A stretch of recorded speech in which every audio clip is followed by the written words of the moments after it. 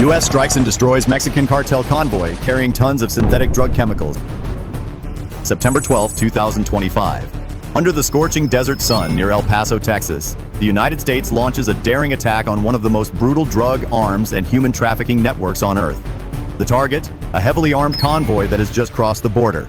25 armored trucks, guarded by 130 mercenaries with 6-barreled guns, capable of firing 3,000 rounds per minute.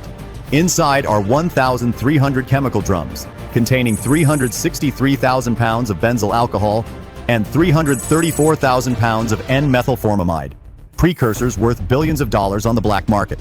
Worse, their destination is a fortress just 7 miles from the civilian population, where more than 180 women and children are being held hostage by human traffickers.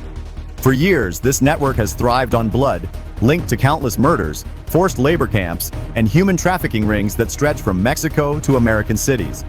But this morning, a nightmare has befallen the U.S. military. How can U.S. Special Forces destroy a fortress filled with mercenaries while saving every innocent life inside? And can they overcome the base's formidable defenses? Let me show you the truth now. September 4th, 2025, 7:45 a.m. The quiet desert outside El Paso, Texas, just 15 miles from the Mexican border, was shattered by a scene that should never have set foot on American soil. A convoy of military vehicles, 25 armored vehicles moving in tight formation, cut across the highway like a herd of steel beasts. Inside their cargo hold was a deadly secret: 1,300 barrels of chemicals. In all, they were carrying 363,000 pounds of benzyl alcohol and 334,000 pounds of N-methylformamide, precursors capable of producing drugs on an industrial scale, or chemical weapons powerful enough to poison the entire American population. Guarding the convoy was a mercenary army, 130 hired guns, veterans of foreign wars, armed to the teeth. On the roofs of their trucks, 6-barrel rotary machine guns snarled, each capable of firing 3,000 rounds per minute, shredding anything in their path. These men were not smugglers. They were predators, trained and paid to kill without hesitation. To them, the convoy was untouchable, a moving fortress that no force would dare challenge. But high above, unseen, U.S. reconnaissance drones tracked every movement, every heartbeat of the convoy. Washington knew exactly what was heading toward American towns, and what awaited at the convoy's destination: a heavily fortified base near the border, filled with women and children held as hostages. From headquarters, the American chairman of the Joint Chiefs of Staff spoke the decisive words of the day: if they reach that base, the cost will be measured in thousands of innocent lives. We cannot allow this convoy to vanish into concrete and steel. We will stop them. Whatever it takes. The mercenaries believed their weapons made them invincible. What they didn't know was that their every move was already counted down to the second. The storm was coming. If you were the commander of this operation, would you order an attack as soon as you spotted the convoy? Or would you wait for the convoy to reach the base and then attack? By 8:20 a.m., the convoy rolled through the gates of its sanctuary. A sprawling stronghold dug into the desert just 7 miles from El Paso's civilian districts. Outwardly, it looked like a cluster of warehouses. In reality, it was a fortress. 15-foot steel walls, topped with 4 layers of razor wire, and ringed by 12 rotary cannons, each capable of unleashing 3,000 rounds per minute. More than 200 armed guards patrolled the perimeter, their weapons trained outward like claws. Inside those walls was a horrifying nightmare. Intelligence confirmed the presence of more than 180 hostages, women and children plucked from border villages. Some were days away from being sold to human traffickers. Others were enslaved, malnourished, and guarded at gunpoint. The base was more than a cartel outpost. It was a factory of human suffering, just 7 miles from the El Paso neighborhood. If the convoy got there, the chemicals and cash would turn the fortress into an impenetrable terrorist hub. For the U.S. commanders, one truth was absolute: missiles and airstrikes were off the table. A single detonation could turn the fortress into a massacre. The only path forward was surgical precision: SEALs on the ground, UAVs in the air. But then disaster struck. At 8:27, an American reconnaissance drone flew too close to radar range. Instantly, an alarm sounded. If the UAV was detected, the entire attack, 95 drones and 350 SEALs in position, would be exposed. At the last moment, U.S. electronic warfare teams activated a broad-spectrum jamming barrage, flooding the radar with false echoes. To the mercenaries, the drone disappeared like smoke. The base remained obscure. The convoy was inside. The hostages were inside. The chemicals were inside. Now there could be no retreat. The trap was set, and the strike would come from within. Before knowing what is the plan of the US Army, please support us by liking and subscribing to the channel. Now let's see the battle plan with me. By 8:45 a.m., the battlefield was drawn.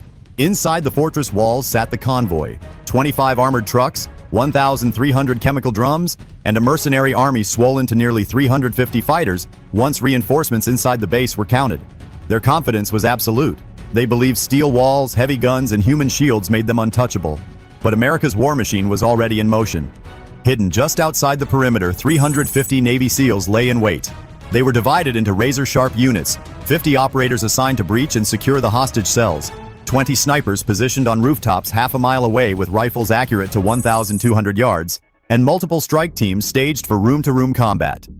Beneath the surface, SEAL divers had already mapped drainage tunnels, preparing alternate entry points in case the walls could not be breached cleanly. Above, the sky was alive with ghosts. 95 mini-UAVs, each no larger than a backpack, circled invisibly at 500 feet altitude, their 360-degree cameras transmitting every heartbeat of the base to the command center in San Antonio. Each drone carried a 12-pound precision charge, small enough to avoid collateral damage, yet powerful enough to shred a machine gun nest in a single strike. Collectively, their payload equaled half a ton of C4, scattered across the sky. The plan was surgical. At 9:10, 15 UAVs would dive on the western perimeter, drawing defenders into a firestorm.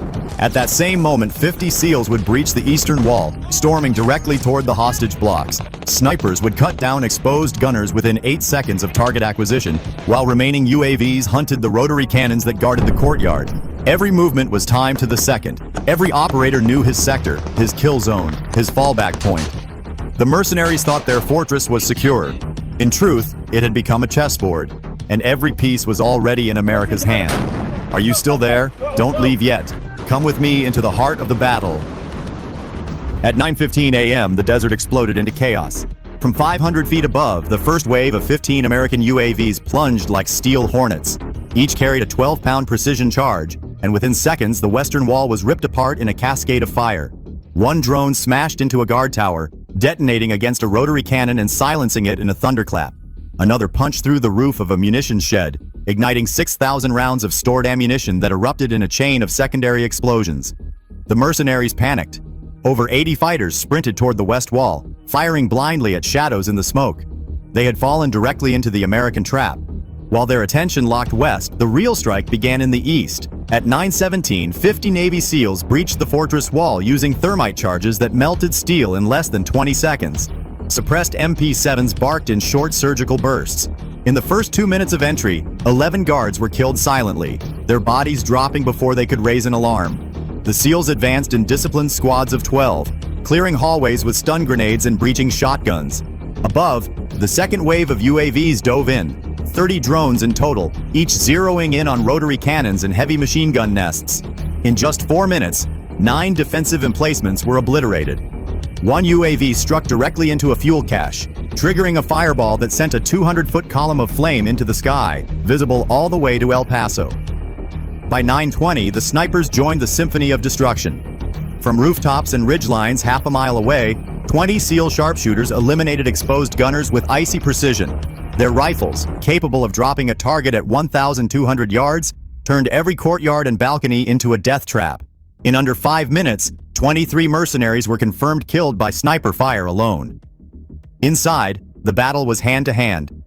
Near the central barracks, a squad of 12 SEALs exchanged more than 400 rounds with entrenched defenders. 3 Americans were struck, shoulder, thigh, and forearm, but none stopped fighting. They pushed forward relentlessly, grenades blasting through barricades, until the last defender fell. By 9:25, the fortress was burning on 3 sides. Mercenaries who had once strutted with confidence were now scattering like prey, their communications crippled, their heavy weapons shattered. The American drones had executed over 47 precision strikes in just 10 minutes, each one collapsing a piece of the fortress's defense. And yet, the mission was only half complete. Deep inside the compound, more than 180 hostages were still chained behind locked doors. Guards desperate to save themselves began dragging civilians toward firing lines, hoping to use them as human shields. For the SEALs, this was the knife's edge, the moment where victory or tragedy would be decided in seconds. At 9:27 a.m., the final order came across the comms. All teams, push to the hostage cells. No mercy for anyone who stands in your way. The storm had only just begun. By 9:30 a.m., September 12, 2025, the battle had reached its most critical phase. Inside the fortress, the SEAL teams pivoted toward the hostage blocks, 4 massive warehouses converted into prisons. Intelligence warned that over 180 civilians were chained inside, many of them women and children. Guards had orders to execute the captives if the base fell. Every second counted. Team Bravo led the charge. 12 operators stormed the eastern warehouse, breaching the steel doors with explosive charges no larger than a fist. The blast stunned the guards but left the civilians unharmed. In under 40 seconds, 6 mercenaries were cut down by precision headshots, their rifles dropping before a single hostage was touched. By 9:33, the first 62 hostages were freed, shaken but alive. In the central compound, resistance stiffened. Nearly 70 mercenaries entrenched themselves in concrete corridors leading to the second warehouse. They opened fire with belt-fed machine guns, pouring 1,200 rounds in less than 3 minutes. The air filled with smoke, sparks, and ricochets. Yet the SEALs pressed forward with tactical discipline. Fragmentation grenades blasted open kill zones. Suppressed fire cut down defenders one by one.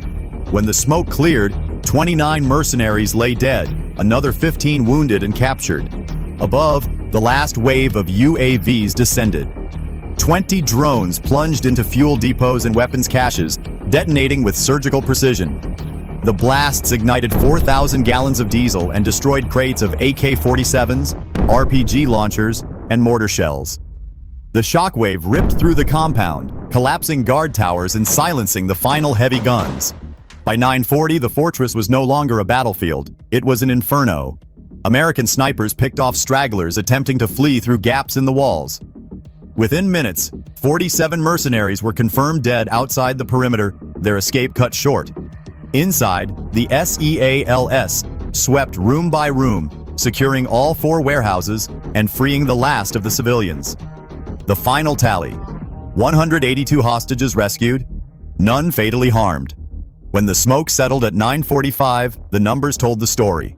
In just 30 minutes, 350 SEALs had annihilated or captured nearly 320 mercenaries. 95 UAVs had executed over 60 precision strikes, destroying weapons worth millions. 1,300 chemical drums, enough to flood American streets with billions in narcotics, were seized intact. Standing amid the ruins, the American general delivered his final words. This was never just about chemicals or weapons.